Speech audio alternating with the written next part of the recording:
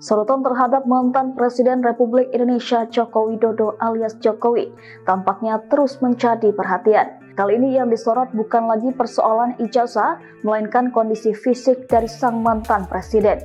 Pegiat media sosial Dr. Tifauzia Tiasuma atau Dr. Tifa kembali bersuara mengenai kondisi kesehatan Jokowi. Lewat cuitan di media sosial X pribadinya, Dr. Tifa mempertanyakan alasan Jokowi memilih berobat ke Bali. Kok berobatnya ke Bali sih? Tulisnya dikutip Kamis 3 Juli 2025. Menurutnya penyakit yang diderita oleh Jokowi saat ini lumayan sangat berat, karena disebutnya Jokowi menderita autoimun berat.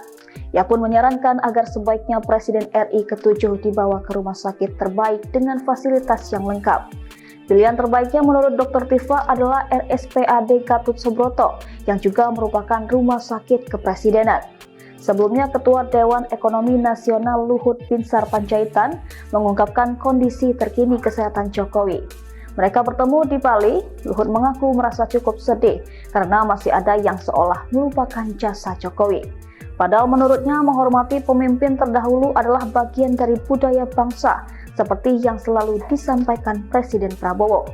Sebelum berpamitan, Luhut dan istri mengaku mendoakan secara khusus untuk kesembuhan Jokowi.